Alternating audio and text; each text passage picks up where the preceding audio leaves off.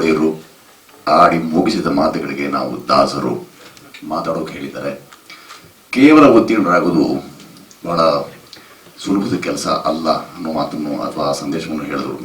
ಜೊತೆಗೆ ಉತ್ತೀರ್ಣರಾಗೋದು ಎಷ್ಟು ಮುಖ್ಯ ಅನ್ನೋದನ್ನ ಬಹಳ ದೊಡ್ಡ ಸಂದೇಶದೊಟ್ಟಿಗೆ ನಿರ್ದೇಶಕರಿಗೂ ಹೇಳಕ್ ಹೊರಟಿದ್ದಾರೆ. ಅನ್ನ ಹಾಕಿದಂಥವರು, ಅವಕಾಶ ಕೊಟ್ಟವರು ಎಲ್ರಿಗೂ ಈ ಸಂದರ್ಭ ನೀಡುವಂಥದ್ದು ನನ್ನ ಆದ್ಯ ಕರ್ತವ್ಯ. ಅವಕಾಶದಾತರಿಗೂ ಅನ್ನದಾತರಿಗೂ ವಿಶೇಷವಾದ ಆಭಾರ ಮತ್ತೆ ಮನ್ನಣೆಯನ್ನು ಅರ್ಪಿಸ್ತಾ ಭಟ್ರಲ್ಲಿ ಕೂತಿದ್ದಾರೆ. ಅವ್ರ ಮಾತುಗಳಿಗೆ ಕಿವಿಯಾಗುವಂತ ಮನಸ್ಸಿದೆ. ಕೇವಲ ಉತ್ತೀರ್ಣ ಅಂತಂದ ಕೂಡಲೇ ಸಂದೇಶ ಪರೀಕ್ಷೆಯಲ್ಲಿ ಉತ್ತೀರ್ಣರು ಕೇವಲ ಆದರೂ ಸಾಕಾಗತ್ತೆ ಅನ್ನೋ ಸಂದೇಶ ಈ ಸಿನಿಮಾದಲ್ಲ.